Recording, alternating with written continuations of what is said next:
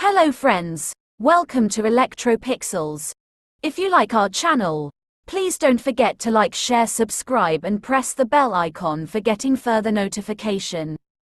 Hello friends, once again welcome to ElectroPixels. Here this is a 32-inch assembled LED TV.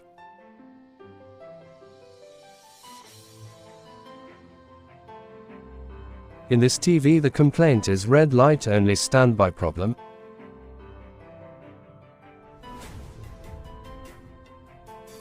As we discussed earlier here, the reason behind this fault is because of this 1833 regulator IC.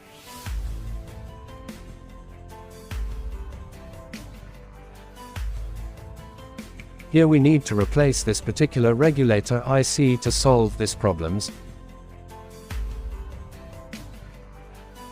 So that's it, hope you like this video. See you in another video with another interesting topics. Thank you for watching.